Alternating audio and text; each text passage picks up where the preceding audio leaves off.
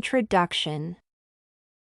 In his book The Elements of Language Curriculum, Brown addresses the teaching methodology and approaches used in it to teach language and indicates that although numerous strategies exist that are supposed to regularize teachers' experience when teaching, the actual process is often either more holistic or more chaotic.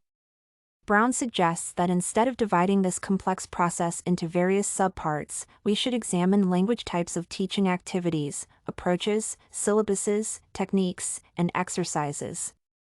Brown addresses 5 approaches: classical, grammar translation, direct, audiolingual, and communicative, and notes that all of them are actively used today in schools. For example, a classical approach implies that students need to read and memorize bits of texts in their target language. The audiolingual approach means that students primarily listen and speak and thus form a habit. The communicative approach assumes that inductive and deductive learning are used to meet the needs of students. Syllabuses. Having discussed approaches to learning, Brown comes to syllabuses and divides them into several groups as well: structural, situational, topical, functional, notional, skills, and task. Structural syllabuses are based on grammatical and phonological structures, that is, the textbook presents more familiar or easier structures at first and then provides learners with more complex tasks. Situational syllabuses approach various events that students are likely to experience in real life, for example, when they meet someone, order food at a cafe, buy souvenirs in a tourist shop, book tickets, etc. There are also topical syllabuses, which utilize various topics: terrorism, science, hobbies, lifestyle, etc., that might be useful to students as they can often encounter them.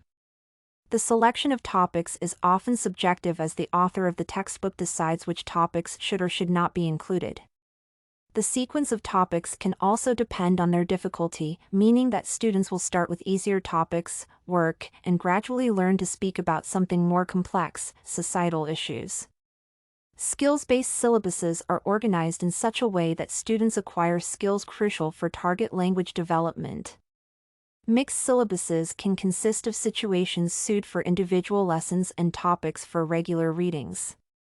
Brown labels such syllabuses as situational topical syllabuses. Techniques and exercises. Techniques are used to present the language material to students, based on some syllabuses. Brown provides some examples, such as bridging activities, direct dialogue, discussion, a conversation that is used to demonstrate grammar, idea frame, rules of language presented as a lecture, and lessons centered on an object, verb, gerund, etc. Exercises are also presented as techniques that help learn the language. Brown provides multiple examples, among which there are sentence combining, speed writing, close procedures, conversion, response drills, restatement, translations, true-false. At last, the author also touches upon packaged pedagogies, which differ from other techniques as they have built-in approaches, are identified with their author, and have a central point of distribution. After reviewing all of the components of a teaching process, Brown argues that teachers' decision to utilize some of these techniques is a political action, too, because teachers are responsible for the way language is presented to students and defines what teachers think students should do. The book is used by the author as a tool to provide a suitable framework where various techniques and syllabuses can be used freely. Curriculum components. The main components of the curriculum are needs analysis, objectives, testing, materials, teaching, and evaluation as the primary systematic collection and analysis of all information. The needs analysis should be focused on the learner, but, at the same time, other information, such as the needs of teachers, employers, and even nations, should not be forgotten as well. When Brown defines goals and objectives, he specifies that while goals are a broader understanding of what needs to be done, for example, to teach students how to write term papers, objectives are precise statements that indicate what exact steps will be taken, that is, students will learn how to use an electronic library. Brown argues that the development of tests can be a tricky task because they can serve different objectives: student placement, diagnostic testing, etc.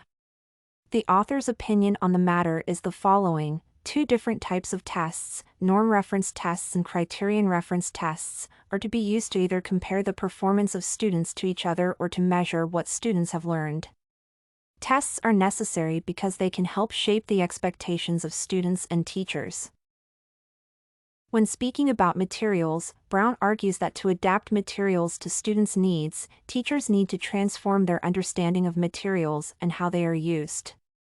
His strategy is to relate students' needs, objectives, tests, and teaching to materials. This way, materials will also be affected by other parts of a program. Language teaching, in Brown's opinion, should be based on group efforts. If teachers are provided with the expertise and support of others, if the program is created with the help of such professionals, there will be more space for teachers' primary responsibility, teaching. Teachers should not be responsible for the development of tests, the adaptation of materials, and conduct needs analyses. Instead, they need support in these areas to provide perfect results. Language programs. The first example provided by the author is the Guangzhou English Language Center at Zhongshan University in China. The aim of the English language instruction there was to teach Chinese scientists who worked with English-speaking countries. The courses were divided into 3 levels: low, intermediate, advanced, but as the proficiency of new students regressed, teachers placed all new students into the first group, low intermediate. At the University of Hawaii at Manoa, the English Language Institute (ELI), English language instruction is provided to non-native English speakers who have been admitted to the university and have the TOEFL score that is 500 or higher. The courses at the ELI consist of 50-minute lessons that students visit 3 times per week. They are divided based on the activities: listening comprehension, reading for foreign students, advanced reading for foreign students, etc. Conclusion. Brown views teaching activities, approaches, techniques, syllabuses, etc., as responsibilities of teachers and administration, but also emphasizes that a systems framework for curriculum development can be useful when there is a need to implement a cogent curriculum. Although teaching activities were seen as related, they were still perceived as fundamentally independent. Nevertheless, Brown argues that each component of a curriculum affects others as well. At the end of the chapter, Brown also provides checklists and questions that can be useful for teachers in deciding how they can transform or create a new, more efficient curriculum and pay attention to its parts that all influence each other.